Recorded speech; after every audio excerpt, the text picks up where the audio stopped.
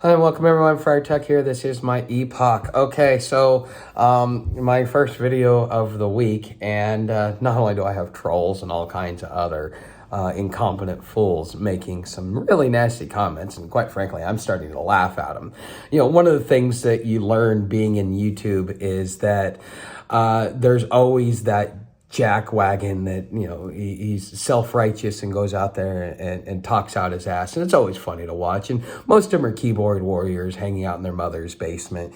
I find it absolutely funny. But what I'm going to be talking about today, and this is going to be the last time I explain this. I've explained this in previous videos, but I really want to make sure that I drive the point home.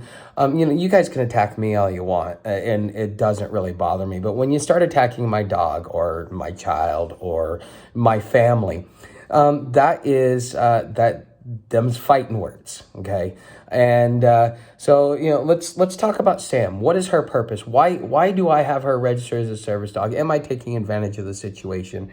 And so on and so forth. So let me give you a little bit of history about me. So when I was 19, I worked at the Portland airport, and it was last flight of the night, and we had a late bag come out. We pushed off, waited for the late bag. I tossed the bag up into the pit. A gun discharges. We pull the bag out. We find 2 bulletproof vests and a 357 and 22 fully loaded, no safety. Turns out it was a 66-year-old lady. Her husband had passed away, and she brought them with her to give to her kids. And then her kids decided she didn't want it. She played stupid and claimed that she didn't know. And so therefore, she got 666 hours of community service and can never fly Alaska Airlines again. Whereas me, I got a lifetime worth of consequences for this lady's inability to be able to follow rules. So prior to that, I had never had any episodes, anything like what I deal with now. And so from that point in time, I started having, at first, because, you know, they're like, oh, well, this is PTSD, this is shell shock, this is, you know, and what you're dealing with is a result of what was going on there. And so therefore, for about 25 years, they have said, oh, well, this is just a mental health issue. Well, I've spent the last 10, almost 15 years, not only changing my lifestyle so that I could, you know, be more functional, and doing my own internal work on myself to be able to, you know, not have these so-called panic attacks is what they originally were calling them. Okay. And then once I get to Chattanooga, the guy that I ended up talking with and we were supposed to go into business together, you know, he was telling me that in the last 5 years, they have come out with a new type of seizure and that I might be having seizures. And, you know, we talked about it, and because I told him what I was going through and what I had to deal with. And, you know, and I was asking the question, I'm like, I've done all this work and I've changed my lifestyle and I've done all these different things, but now all of a sudden they're starting to come back. And so we got to talking. He's like, look, it may be a temporal lobe seizure because, you know, he has them. And he's like, your symptoms are just like mine. And so therefore, you know, this may be the process. You need to go to a doctor and have a doctor check out. He said, or it could also be an adrenal gland issue. So that means that when something happens that's gets confrontational, the average person, they may get a little amped up because they have adrenaline. But for me, it's like it gets turned on and then it goes into full blast. And next thing I know, I'm blacking out. Now, when I was in Cincinnati, I had gone to the local clinic there and, you know, to follow the guy's suggestion that I should go get checked out. And so me and the doctor, we're sitting there and we're talking. And I'm telling him what's going on during my so-called panic attacks and the blackout process. And the fact that, you know, and we were talking about it. And he's like, well, no, normally when you have a so-called panic attack and you black out, you're supposed to pass out.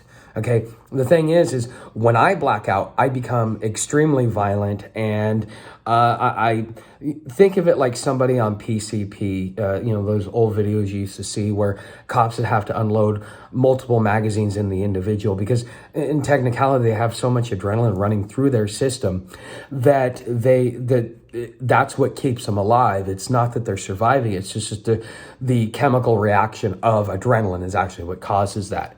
Okay, so now the doctor, I was going to have to wait 2 months, and actually, about a week ago was when I was supposed to go have my brain scan. But we know how cold it is up there in Cincinnati, and I couldn't stay. And plus, seeing what's going on with the world, I'm like, I don't have. There's not enough time for me to go through the whole rigmarole for an official diagnosis, because by the time that all happens, I think that the world's already going to be falling apart enough to where I would be caught with my pants down. So, as I'm going through and, I'm going back between Jacksonville and Baldwin trying to hop another train, I come across Sam. And so, as the talk that I'd had with the individual in Chattanooga, we were talking about our cats, because I love black cats and so does he. And that was one of the things that we had in common. And he was explaining to me that, black cats have the ability, a natural ability to be able to sense any type of seizure before it comes on. And, what the weird thing is for the whole time in which I had a black cat, I had Buddy and then I had Osiris. Both of those cats, would always come up and get in my face and want to cuddle and stuff like that. Not knowing it, they may have actually been detecting what was going on with me, and therefore kind of mitigating the process, okay? And so I can't really have a cat out on the road with me as much as I would like to.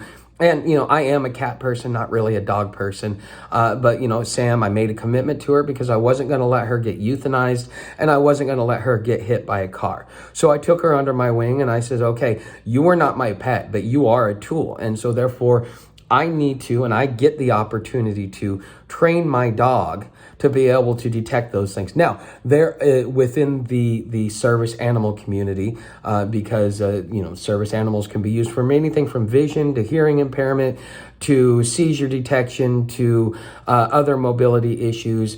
There are multiple ways, and the more we learn about our animals, the more we learn that they're more tools than they are pets, if you treat them appropriately, and that they can actually mitigate a lot of these health issues and health concerns that we as a society have, because their natural instincts can detect that, because it's all smell based. And when your chemistry changes, your smell changes.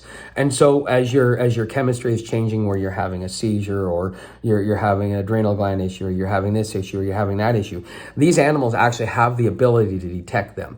And there is a specific method and modes in which you train an animal.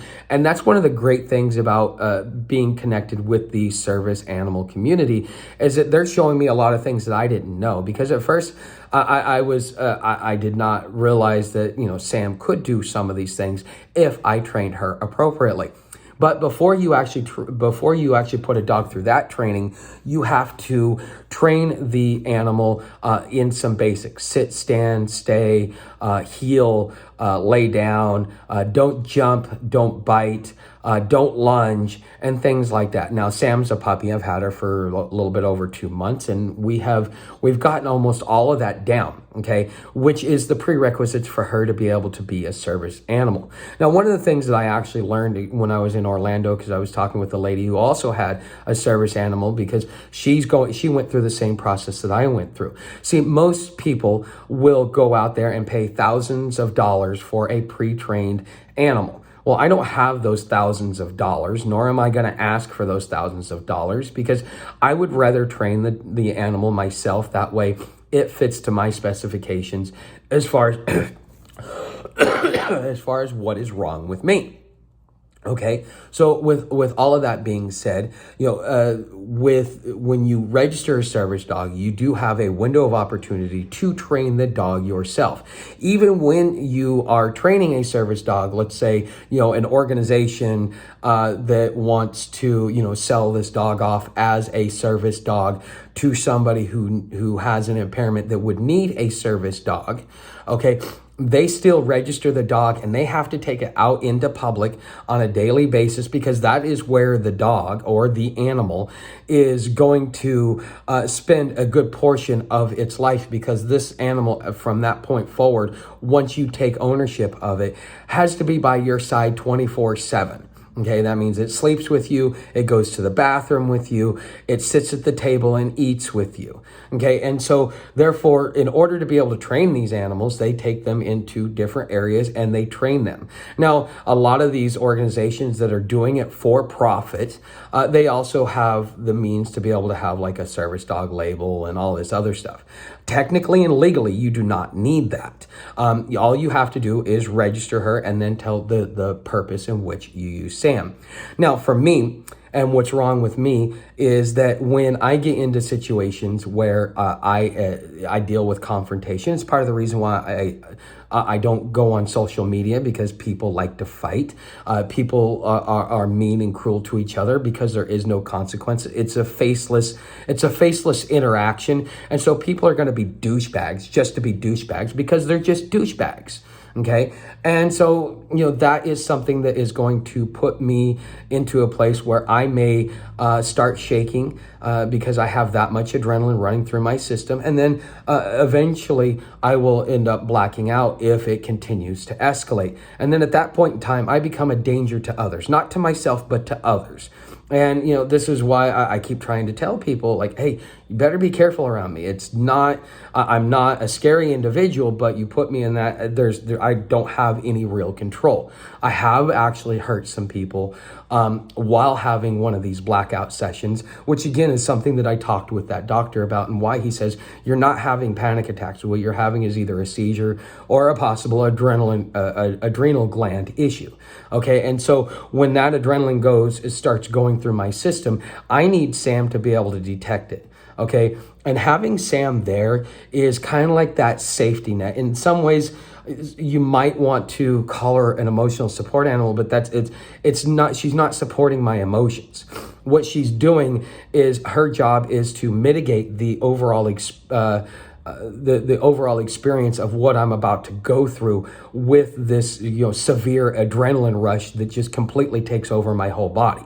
Okay, and so what she has to be able to provide 3 functions. The first function is when my voice starts getting loud, when I start getting loud and she can sense the anger, because I know she can sense that it doesn't take a lot for an animal to understand when you're angry.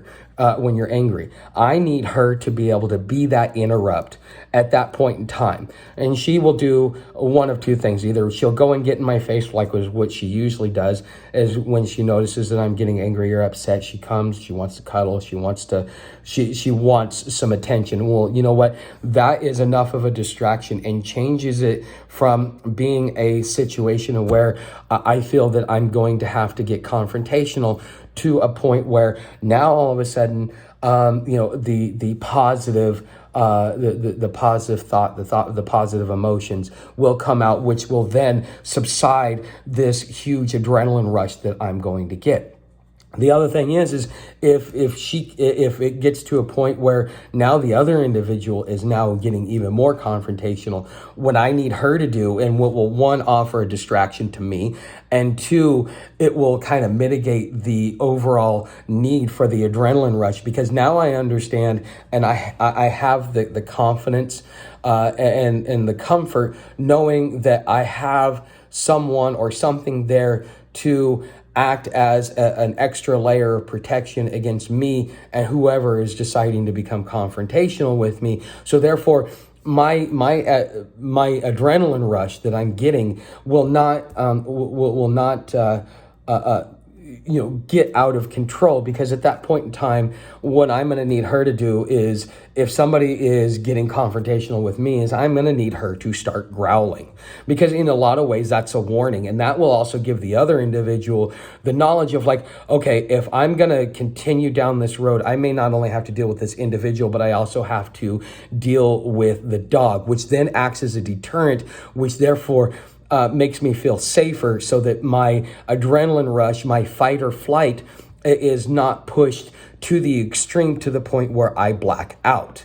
Okay. And then if it continues to escalate, I will need her to be there as my first line of defense, not because not because I can't defend myself. I actually had to be broken of fighting at a very young age because I have anger issues. I've always had anger issues, and it stems back to some things that happened in my childhood that I'm not going to talk about here. I've talked about it previously. Okay. And so at that point in time, what are the three functions in which she is to do? Is that she is to mitigate and offer an interruption. Okay, by changing the direction and my focus, by changing my focus from the confrontational situation to something that is more pleasant. Okay. And then at that point in time, if that does not work, she or the individual is getting very confrontational with me, her second thing to do is to offer a warning so that it prevents me from having an even bigger adrenaline rush, which will then cause me to black out and to therefore become dangerous. Okay. And then at that point in time, if it does escalate, having her there will actually give me some sort of control over the situation, because instead of being on my own on an island, knowing that it's fight or flight, life or death, because that's what's going through my head, even though there is a lot of, it's not even really that dangerous. In most instances, the way that my reaction is to any type of high stress, high confrontational situation is that my adrenaline will go into a fight or flight. Okay. And that is the issue, the technical issue in which I'm having. So can Sam do that? Is that a function of a service animal? Considering what's going on with me is so rare that the doctors really don't understand it. I would say that yes, she does fit that. Now, is there a specific plan to be able to teach her that way? Yes, there is, but it takes time. Now, once you have a service dog, it's going to take a couple years to fully train that animal. And so in that process, it's going to be hard. She's still a puppy. So, I have to wait for some of that puppy to go away, but she is a very well-disciplined and well-mannered dog. The thing is because she is a puppy, I have to work on her being in public and not getting overwhelmed by all of the different people and all the other different dogs and cats and other animals that are out there, such as squirrels, and not being distracted by that, and to be able to keep her composure. Now, this is something that every service animal goes through, has to learn, because you're training them you're training them in a specific way. I don't know the right words to use. Okay. So for those of you that sit there and say, oh, well, you don't have a mobility impairment, or you don't have this, you don't need a service dog, you're taking advantage of the situation. Well, if after listening to this, you still don't agree with me, I can't help you.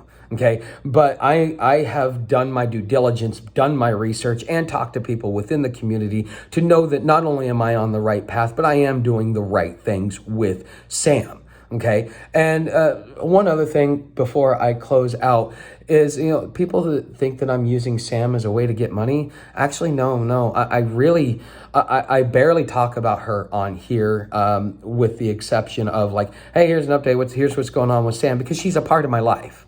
Okay, she is my traveling companion.